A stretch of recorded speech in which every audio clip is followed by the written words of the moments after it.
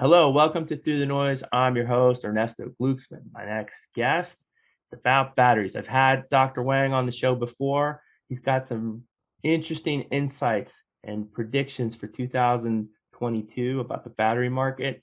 And it's also good to look at what he's been working on, type of battery that he innovative process that creates value on both sides of the stream. You'll see it's in the episode.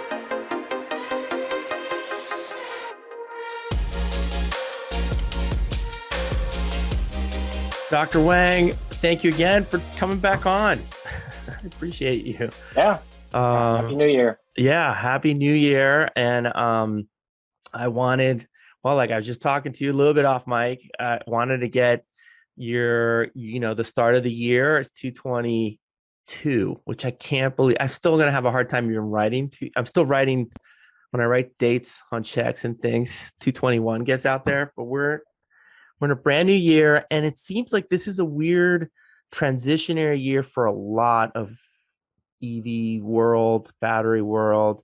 So given that you're in this space and you make battery technology in the production process, I was just wondering, you're probably really keeping up with what are the trends, because they're going to impact your business, right? Sure. If things fulfill. So I thought I want to have you back and just give me a sense of where you think we're going with sustainable battery production. Yeah, happy to do that, Ernesto, and thank you again for having us on. This was fun the last time. Like I said, there was a lot of feedback on some of the topics that we did. So yeah, 2022, it's going to be an important one. I'll start by saying, and a lot of people don't realize this, but it's the 30th anniversary of lithium-ion technology. So it's been around for exactly 30 years this year. And I think 2 years ago won the Nobel Prize. So there are a number of chemists, John Goodenough and Stan Whittingham, among others, that were recognized for how important this has been. I think in 2022, I've got my list of, I guess you could say, the top 5 or 6 things that I think are going to impact us this year. I'll put at the top of this one supply chain.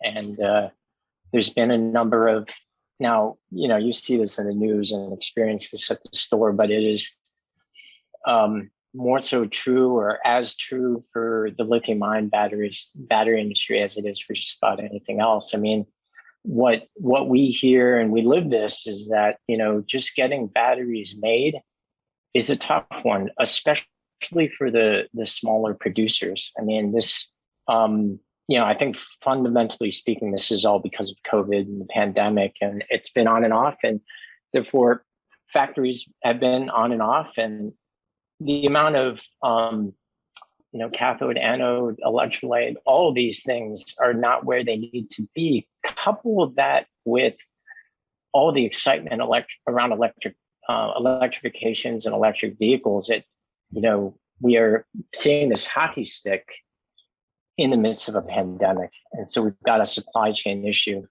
Which is amazing. Yeah. I mean, it's a big problem.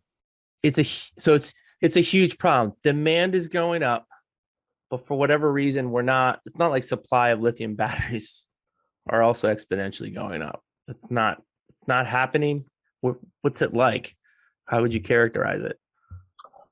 Yeah, I mean, it's in my view, what we've seen, and there was a good article, and folks can search this, about Murata and the supply chain. So Murata was a lot of basically bought Sony's battery division, which, were the first to commercialize lithium-ion 30 years ago. They claim in this article, and this was just a few weeks ago, that Murata is not even able to supply its internal devices. So they sell cells to other folks, but they can't even keep up with the demand for their internal devices. And I think the big trend that you'll see is the bigger guys are going to have the leverage. So the LG, Panasonic, Samsung, CATLs of the world are going to get what they need just because they're bigger and they have more purchasing power than the smaller guys. But you are going to see a lot of, call it mom and pops, places that can't get the cathode, anode, et cetera, and are going to experience more delays than they normally would. So it's kind of a perfect storm, if you will, of issues. And I'm sure this is not going to affect the Apples and these types of folks, but there certainly will be lesser known consumer electronics, lesser known electric vehicles, other things that folks just can't get as many, let's say, Fitbits or whatever produced as you normally would. So expect that to happen. I don't see that ending anytime soon. I think we're looking at, based on forecasts that I've seen, looking at another 18 months of this uncertainty. I mean, and then you're adding the short-term supply chain issues of shipping and problems that have happened this year just seems to be backing things up even further from like I looked up one of the per kilowatt hour rates. There was in one of the articles I think you shared with me. Like 2021, it was $132 per kilowatt hour for battery pack production. It's kind of like a metric there.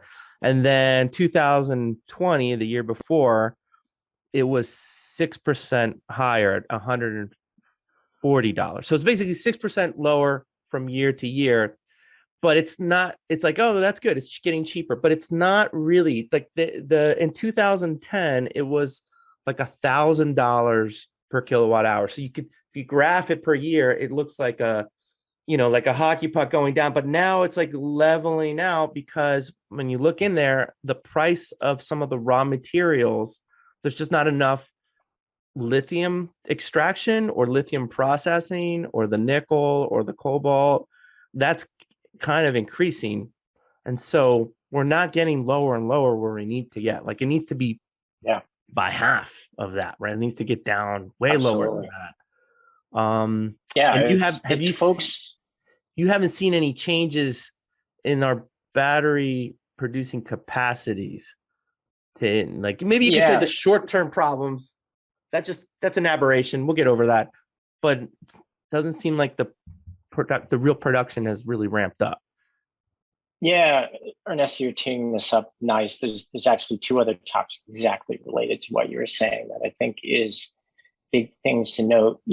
So one of them, I'll talk about the battery supply chain, especially what's happening in North America, particularly in the United States. So I think what you're going to see in 2022, Congress most likely, Biden administration and others have plans to build a U.S. battery supply chain.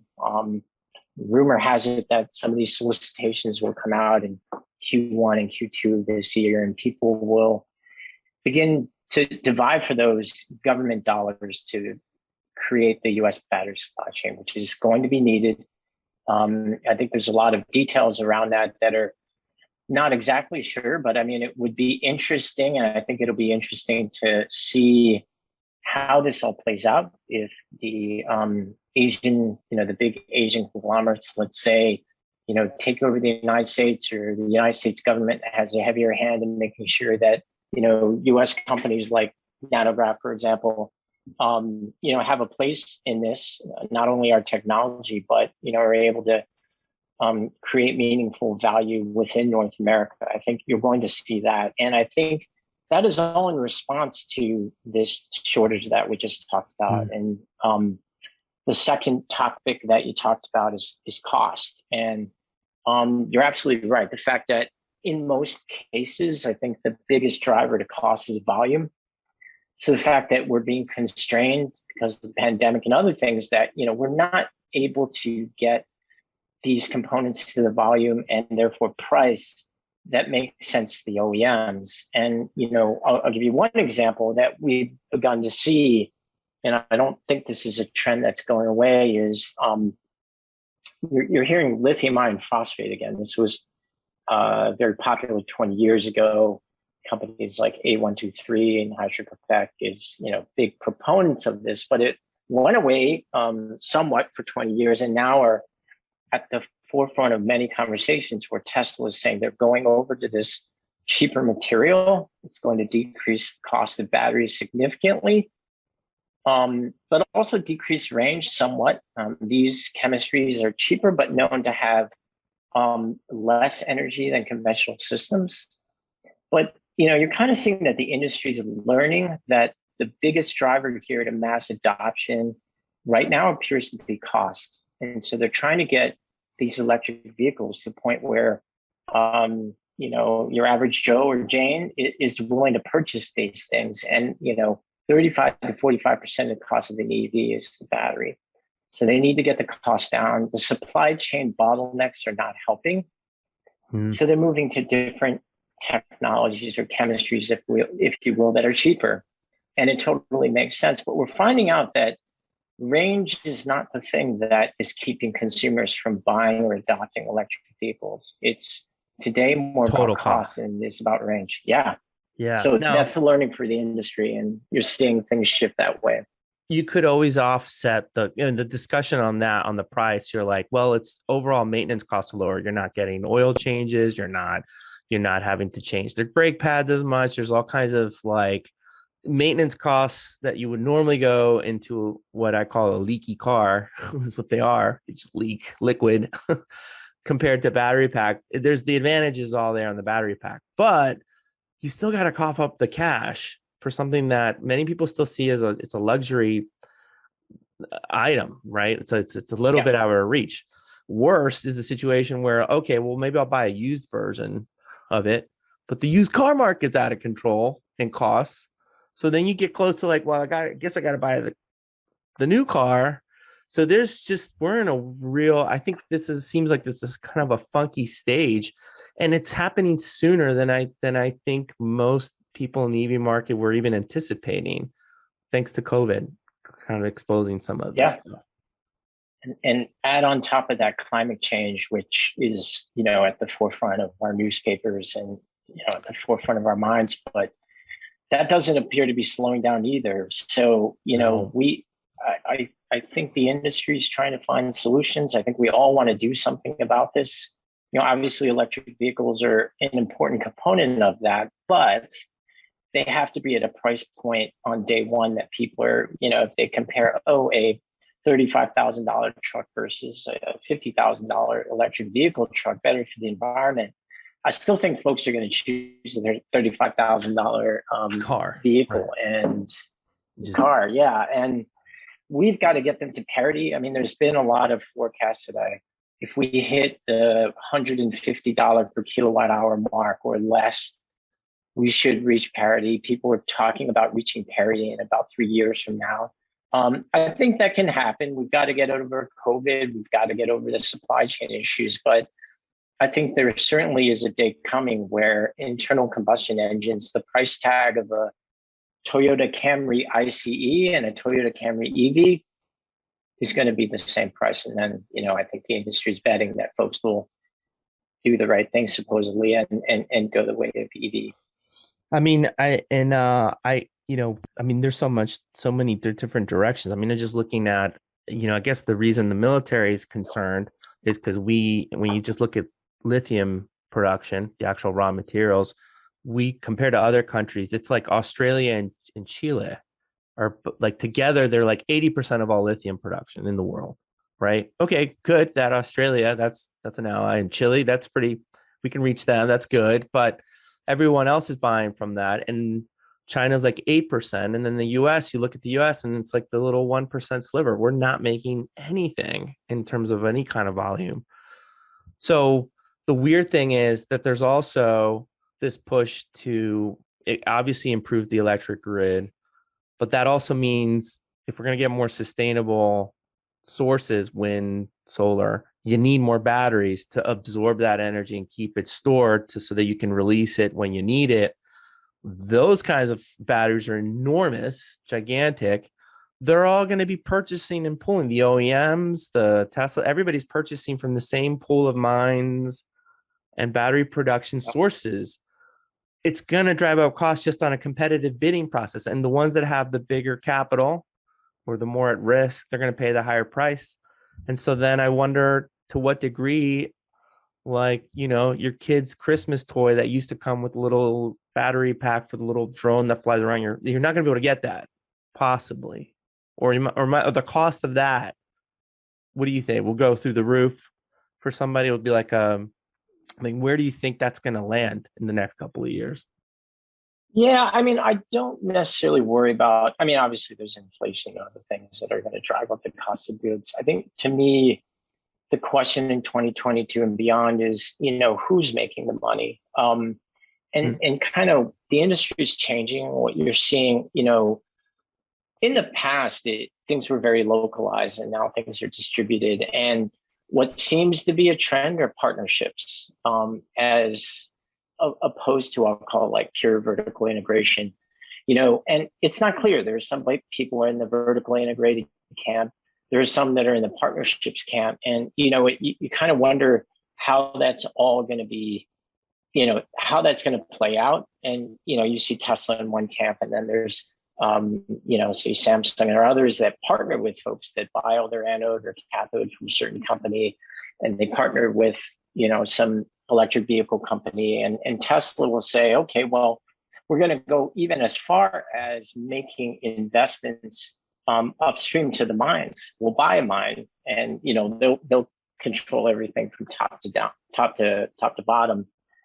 And other folks, prefer to partner. I think that in a lot of cases less risk, but you look at the Chevy Bolt, EV situation, that recall that happened back in the fall 21, and you go, gosh, that's they were partnered, and you would think that LG would have had their arms around that recall. Recalls do happen, but I'm sure General Motors is scratching their head and go, you know what, maybe I ought to just control this whole thing so that I can make sure that recalls don't happen.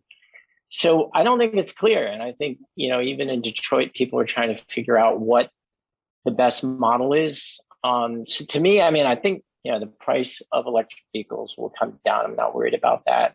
I'm not worried about them being necessarily any more expensive than internal combustion engines, potentially cheaper, but it's just how the industry is structured, right? Will General Motors start really making their own batteries, and the whole thing from will General Motors getting into the mining business, right? Own lithium mines. Um, I think that's going to shake itself out, and I we'll have mean, to see. I just think that if you 2000, 23, 24, 25, if you can make batteries, you have the pick of the litter of customer bases. So why would you sell your batteries to distributorships for small devices where they can buy lots? Like, you're going to want to be able to make the biggest batch you can, and then sell that in aggregate to the biggest buyer that you can find, right? That's sort of that would be the push. I mean, to me, it's weird to hear Tesla is buying their own mines or securing rights to their own mines. Like, why would, I mean, I guess Tesla is like their market is the most vertically integrated. I mean, they're making their own chips for their neural networks, which makes perfect sense given the complexity of what they're trying to do with the cars, with the image processing and the AI they have. But to the extent they're going so far out of the zone of what they do to become now a mining company or be part of a mining or like in that realm, you only do that if you're actually worried that you can't secure the supply you're going to need in the future. Yeah. And what are they looking at that's worrying them to the extent that they're going to send some guys to negotiate through customs and laws and everything that's associated with purchasing or leasing or whatever a mine, versus Yeah. like, can I just make a deal with Samsung and, hey, just give us as many batteries as you can make, right? Why is that? What do they think? What are they thinking in that realm? Do you have any insight Right. to that you could? Yeah, totally. It's kind of on two levels. So one is we're experiencing this right now, right? All this pandemic, it's all historic. But what you're seeing with supply chain is you're literally seeing car manufacturers not be able to produce cars because they can't get enough chips or the right chips to do that. Batteries are kind of similar situation. Um, so if I was an executive at one of these large automotive companies, I'd say, geez, this can never happen again. We need to have some control over the chips or some control over the lithium. Maybe we should make an investment. Maybe we should even go as far as to own it. That's one level, right? In terms of supply chain risk. They're fighting that right now. The second is being competitive in the marketplace. So I'll give the battery example, right? We just said that Batteries make up 35 to 45% of the cost of an electric vehicle. They also determine range and all these other things as well, performance of that vehicle, right? How fast you charge it, how long you can drive. So even though, the battery production uh, business is, although it's a really tough one, I'm sure that there's electric vehicle or automotive OEMs that are thinking, gosh, if I have a better battery and I'm the only one that has that better battery, then I have a better car and I have a cheaper car, goes faster, charges faster, and it costs less. So that's kind of the thinking that I think people are beginning to have and notice about batteries is that, gosh, maybe I should acquire this XYZ battery production company, even though it's a tough business. And mining is a tough business too, but it's worth it from a strategic standpoint, long thinking perspective. That might be the way to go. That's not the way necessarily it has been in the past. But I'm wondering if in the past, but just given everything we just experienced over the last 3 years and probably not out of the woods yet, I think there will be some that think that we've got to have some sphere of influence over, upstream things, batteries, mines, etc. I mean, this is perfect because this is like right in your spot with NanoGraf. Like, given you would know this, given like if I had a large enough business where I'm thinking we might have to do something that's totally out of our zone, but if we could actually achieve this improvement, that would make that would be huge in our sales. We could compete on, we have the fastest charging battery or the longest lasting battery or whatever the energy density of that. But I got to be able to see it. Like, I can't just take a guess. I'm going to buy a mine and then somehow in the mining process of extraction of lithium, I'm going to somehow squeeze out a better something.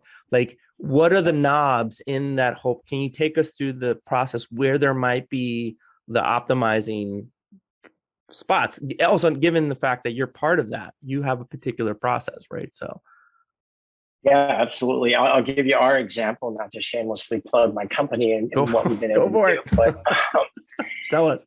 So here you go. Here's a NanoGraf battery. If you can see that, it's a standard 18650 cell size. We've proven that this has the largest energy density of any 18650 cell made today in the world. Right. That was a great accomplishment in 2021 with us, with our battery production partners. And we plan to contract manufacture these, have a US, maybe a US flag on this, who knows, supply this to military in late 2022 and 2023. We've been able to definitively prove that our technology does this, right? Folks can take this battery and put it in their night vision goggles or whatever, and prove that it is better. And we're beginning to do that. In fact, one of our third-party validations showed that it'll allow their specific military device to run for 8 more hours than the standard battery that exists today. So wonderful, right? We're super happy about that. And that's part of the equation. I mean, it's a tough one. Technology companies do have to definitively prove that their technologies do something, and partner with the right people, right? For us, it's about, what I call forward integration, right? So we're very much upstream of the value chain, but it's been important for us to produce this to the extent that we formed a partnership with a company yet to be announced, but to make these batteries and get these out to our military where they have a competitive advantage in the field. But there's a process in way up in the putting the batteries together that you guys have a specific IP, specific chemistry that is able to add more. Well, so across the board of all other batteries, this battery has the most energy dense for this type of size battery. Is that what you're saying? Absolutely. And yeah, and it makes sense for certain types of applications. I won't go as far to say this is the best battery ever. It's great and it helps a lot of devices, especially the types of devices that the military uses in their use case. But I think it's a great example of where, okay, a company's proven all this stuff. When you look in the value chain, although wouldn't expect the military to vertically integrate with us, but it helps to create partnerships. I think if there was an end user, and I'm sure there are, that this provides significant value to and is strategic enough that they would want to vertically integrate this into their world. So then give us some other, like, not your batteries, but like other types of battery things, like how much heat it displaces or how reusable. Like, what are some of the things where if you tweak the chemistry or the production process, you might get to extract, particularly nuanced qualities of other battery types. Yeah, yeah, absolutely. So again, another shameless plug, but we've not this Go. battery in particular, but we've been able to actually show. Now, there's generally two types of batteries. There's high energy density Okay. batteries, which this is one, and there are also high powered batteries, which mean there are applications like fast charging, fast discharge, et cetera, where the Okay. kinetics are certainly improved, and like a hair dryers or vacuum cleaner. These are all examples of things that would require a higher powered battery. Now, we've been able to show that our technology actually enables the world's most powerful battery as well, not only, but it's a different battery design. So it's built differently, but it's our technology that's enabling that high power performance. And so, not that our company, our roadmap is a certain type of roadmap, but I think it's important for the upstream folks to demonstrate their value to the downstream people. Form partnerships to do that in any way that you can. And as Gotcha. I've found over the years, that's way easier said than done. Well, I mean, the partnership is where you get the specialty stuff. Like, if you have the novel concept that you've patented and you have an approach, then it could take them. Well, first of all, it's patent protected. Then they might, they can learn how it's done, but they can't actually do it without licensing because you were the innovators that brought this together to the scene, right? Um, yeah, if you're going in to secure total distribution and extraction processes, I mean, you better have something along these lines like you guys have done with in your the business size. I mean, you're not an OEM. You don't have billions at your disposal to make this all happen, right? You're starting up in this world because you had this novel concept. So yeah, I guess you're making the case that partnerships are very viable, especially if you want specialty products out of this thing. Absolutely, all along the value chain. And I'll give you one last shameless plug, and I promise that'll be the end of it. But our Okay. material uses a little bit of lithium in there, and um, we've had a couple of conversations with folks that mine lithium, and so the a partnership there would be interesting. Hint, hint. And Okay. to the extent that I can get there, what is a commodity essentially into something that is higher margin and potentially more valuable downstream. Those are ways that you form partnerships, and that part of the way that we do things here at NanoGraf, just making sure that our technologies somehow build value upstream and downstream, and then determine those partnerships and make good on the ones that are important and strategic.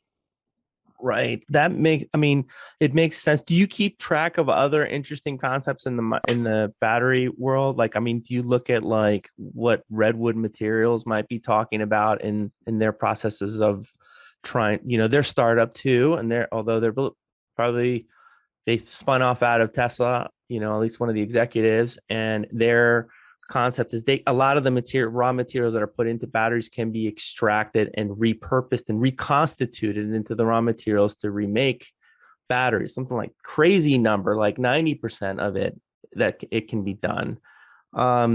You're not in that space at the moment. That's not your spot, but do you keep an eye on those kinds of innovations too?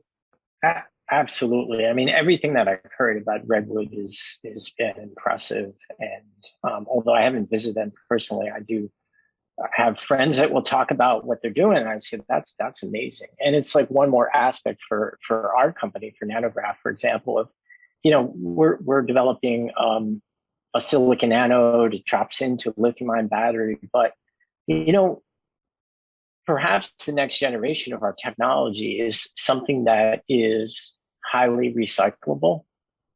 or the way that it's dropped into the battery lends itself to more recyclability.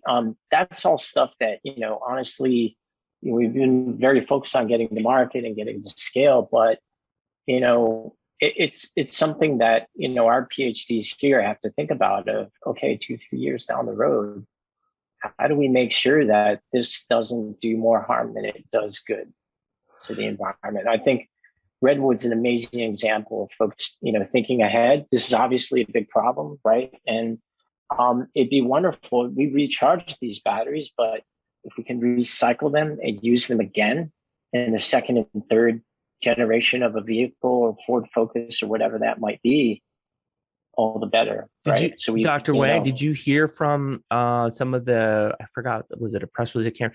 They feel that they have the technology down, the recycling process, that they can extract the materials, the raw materials out of those batteries cheaper than going from mine to, factory floor to put into the cars. It's crazy. That's perfect. For Yeah. such a huge quantity of it. Now, the challenge with them, of course, is the challenge that you face. It's like, okay, we have these novel processes, these novel concepts, but how do we scale? How do we get through the noise? How do we, there's a lot of people that are quote unquote making batteries or making innovative ideas with them or at different stages. But you have working product, proven customers. It's out there, and you're looking for partnerships that can take you guys to that next level. It's the same thing with that company, right? They're trying to find where can they set up operations next to, where they would be intaking all these batteries, where can they get the batteries that they're going to be, that would end up in a landfill that they can reprocess, right? Yeah. Do you guys have like a battery convention where all you guys get together every once in a while? Absolutely. Yeah, absolutely. There's several in all of the world where, a bunch of battery nerds get together and we talk about cathodes and anodes and things. For sure.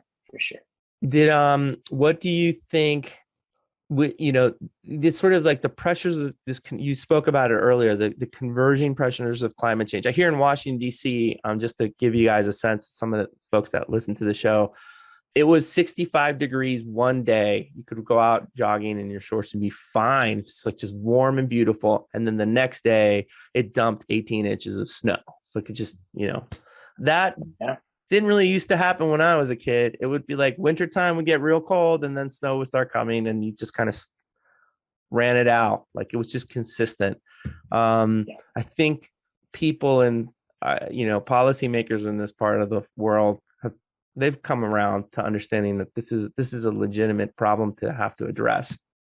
Now, to the extent that they can do this in a way that is, makes sense for an industry, it's that, that taxpayer money to stimulate new markets is being, spent, correctly. I mean, that's the internal debate. And then of course, there's always all the other lobbyists here playing defense, not wanting to change the status quo as long as possible up until the last moment when they have to finally compel to do something, right? That's just the way this town works. But I'm just wondering, is there a choke point we're headed into where things are going to get tougher? Every time, I've talked to you a couple of times, 3 times, 2 on the show. I think that's still on track. I guess we don't want to overstate anything, and we don't want to worry people, but it doesn't sound like these bottleneck issues, are getting better anytime soon. I mean, just getting bids this quarter or next, selecting the bidders, breaking ground on new mines or something. I mean, that just seems like multi-year processes just on getting more lithium, never mind all the other elements. Where do you think what year are you looking at? You've been, you don't have to be specific, but what year are you most worried about if you were to be worried about a year? Yeah, I mean, I think you're going to see a lot of activity breaking ground, shovel-ready projects, 2023 through 2025. I mean, to me, I think what I see is they're thinking about this right.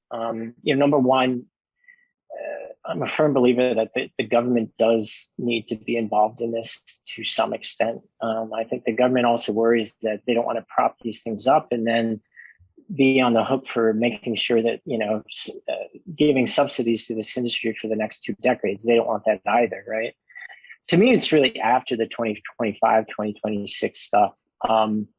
It's how do we make a viable, profitable, sustainable industry here? And we can look at what China has done over the last 20 years and love them or hate them. They've done it. It's just a data point, right? So the Chinese government saw this coming a while ago, and their central government put funds behind building a battery supply chain in their country where a lot of these businesses were not profitable for a long time, but the government made sure that they hung around and had the funds and handouts to stay around. And then slowly the government cut back the subsidies over time.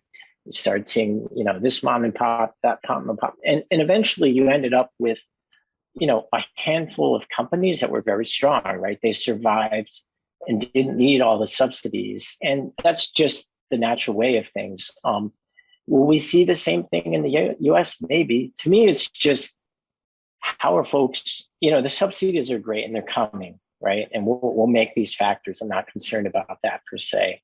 It's really after that of which companies have the right partnerships, have the right business plans to stick around beyond 2025, for the next 5 to 10 years. What is it going to look like? And it takes a long time. Honestly, when I say 2025, that's probably not right. I mean, I'm talking much longer out, probably close to a decade of, okay, who's going to be left standing? And they'll be left standing because they formed the right partnerships and had the right business plan. And it's a delicate balance because it can all fall apart too.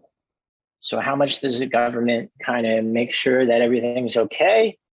We've seen this with, Detroit as well, right? Things were not in a good shape, a decade ago, and government stepped in a little bit. So it'll be a delicate balance. I mean, I think I worry about the long term, I'm not worried about the short term. I mean, I think folks know how to build these things and we can build them. And it'll be beneficial to our country to have these. It'll just be about how do we sustain this growth.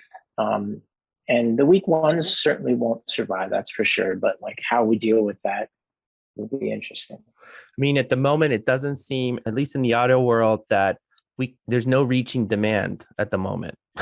There's no capacity to reach to overproduce EVs where the demand is not there anymore. Like it's so overwhelming that there's OEMs are capping projections, Tesla increasing prices because they can with certain things about their cars.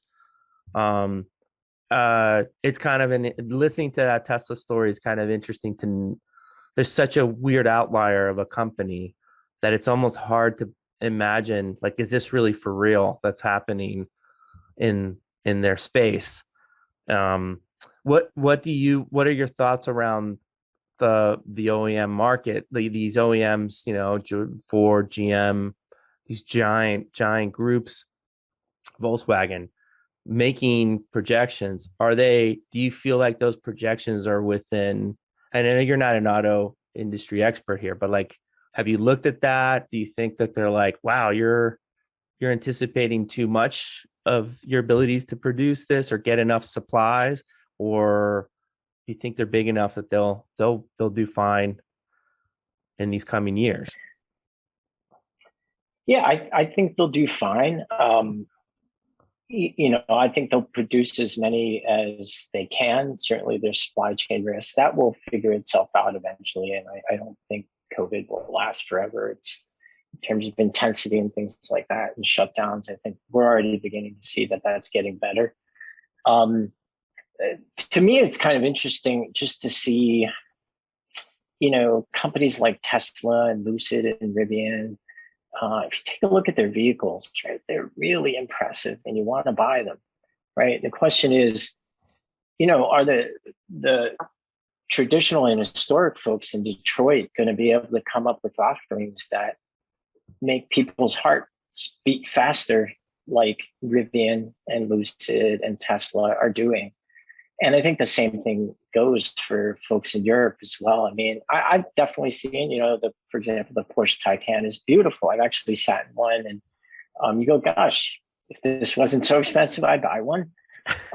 And it's just, yeah, we'll have to see, because I think you're seeing new entrants into this space who are really, they have some compelling designs and they just thrill. And I was at a workshop, EV workshop yesterday, and they talked, and there were a number of experts there. People make decisions when they buy cars. A lot of it's an emotional thing. There's a large emotional component to, wow, I just have to have this, is beautiful.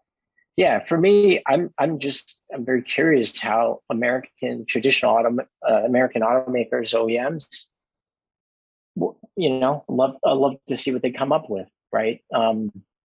And I think we've had a great history and tradition of Corvettes and Mustangs and things that really thrilled people. I think over the next decade, I think they've got some competition here. I mean, I don't think anybody's rooting. Well, maybe there are some out there that are rooting for some of them not to work. I think that the transition, the auto industry has to transition. The quicker they can do it, the better it is for everyone involved, especially in their situation where they're sort of trailing behind some of the Lucids and, potential Rivian and certainly Tesla, right? They're, at least you have something you're aiming at, you're not, maybe they're not the trailblazers per se, but they're so large, they're so significant that I think if any of those companies were to, make a misstep, it would be really problematic for the auto industry and for, hundreds of thousands of jobs. So I'm hoping that they can do it. I'm great the sooner they can. I think if there is a criticism, is I think the OEMs were a little late to the game. Tesla's been 10 years doing this on their own, and they've succeeded wildly. It's just incredible. And they're still, the EV market's still 1% of all auto markets, the way they're selling. I do think that sometimes that, with the pressures of supply chain, pressures of battery manufacturing, and then these larger groups have to keep selling the combustion cars to get cash to reinvest into new factories. Like, I worry that the bottleneck's going to put a lot of pressure on them sooner than they have anticipated. Even though you can get the most beautifully designed, like that's what you got to go for when you're selling a brand new car. You want the new car smell, you want the new car feel, and it's electric. It's got to have those bells and whistles if you're going to have a competitive product. Can they get there? I don't know. I have no idea, but I'm hoping. It's a great question. Yeah. It's a great question. I mean, it's clear they've been disrupted, right? Tesla, love them or hate them, love Elon or hate them. They move the needle, that's for sure, right? Small companies come in with innovative, creative ideas. They've changed the marketplace, and we've just got these, organizations, let's say in Detroit, everything from United Auto Workers, et cetera. I mean, everyone's got to kind of understand that a shift has taken place, a paradigm shift, and let's react quickly. Unfortunately, and it's not to say that this will happen, but the bigger the company, the harder it is for them to move quickly and be agile and flexible. That's for sure. Right. So in 10 years, who knows what the landscape will look like? I mean, NanoGraf, we've been talking to a number of, politicians here in Illinois specifically. And yeah, I mean, we've got big plans for the Midwest. We think having, a battery supply chain there is foundational in terms of, building a new ecosystem around electric vehicles in different places, right? And, perhaps call it the new Detroit or whatever, a new Silicon Valley. That's all possible. If the right groups of people get together and partner, I think that's all possible. Yeah. And I do want to commend guys like you guys that have taken big risks, personal risks, starting the company that you started at, early enough stage where the technology is raw, like you have you can create a chemical process in theory in a lab, but it's very different to actually produce it in a scalable manner. That's a whole other level of complexity, right? That never ends. And it's the timing of it. Like if you started 2 years before, you might be further along with the technology, but you might not have had enough customers to sustain you through some of that. Like it's just timing, and sometimes it's just luck if you're at the right time. But you hope you think through it all. And so I think if you survive through all of this, you should be rewarded handsomely. I hope that we can discuss in the future some kind of IPO. Dr. Wang, thanks again, man. I let's keep Thank doing this you. because I want to do this at the beginning of every year, kind of make sure. I think you have a very level head in terms of like a calming presence versus other folks out there that are like, the sky's falling, we don't have enough batteries. We gotta get more batteries. But You it's should have seen me earlier this morning, but I appreciate the compliment, though. I feel like from the last episode to this one, there's a little more calmness in the more holistic Oh, perspective. Things are moving. Things are it's all changing. an act. No, but that is true. That much is true. I mean, outside of my demeanor, NanoGraf's done great things in 2021, and we've really teed it up for an amazing 2022. So, yeah, I hope to send you all the press clippings of the things that we'd like to do and get. We really want to shake up the Midwest. We certainly got so much support from the government, state and local in this area. I think the time is now. And as you said, with a little bit of luck, we can get something kicked off the ground that kind of reshapes the ecosystem here, creates jobs, improves the environment, et cetera. And I should add that even though we bring up the auto market because it's just sort of so much is in the news from those guys. I mean, batteries are in everything. So if you're the marketability, the product you have, I mean, it could go into all kinds. There's a whole world of potential devices and things that have yet to be made and take advantage of technology like this. So thank you very much, Dr. Wang, for everything you do. Let's do this again. Thank you very much for listening. Thanks, guys.